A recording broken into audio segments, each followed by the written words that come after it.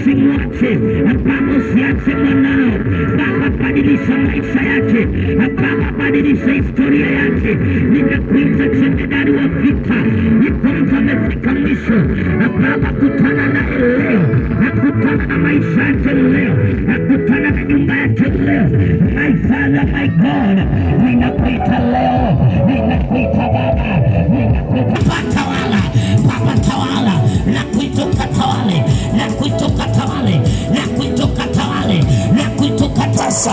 Wakati umefika, wakati umefika Baba, ukajidirishe tena kwa nguvu zako Baba, ukajidirishe tena kwa uwezo wako Baba, jidirishe hapa, jidirishe my Father, jidirishe Yesu, nakuita ukajidirishe jina la Yesu Kristo.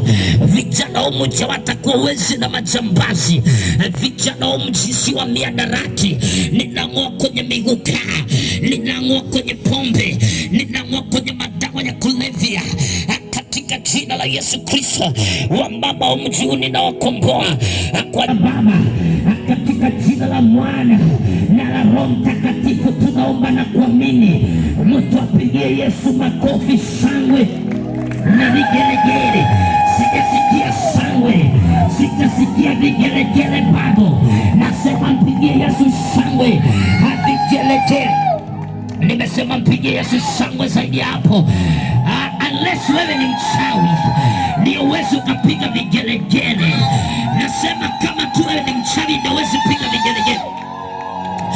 Nasema hivi, katika siku hizi tatu hakuna mchawi atakuwa na mamlaka kwa hii anga.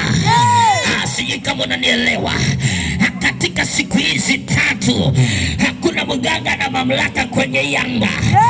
Tumekuja kuharibu ufalme wa giza, tumekuja kuharibu ufalme wa giza.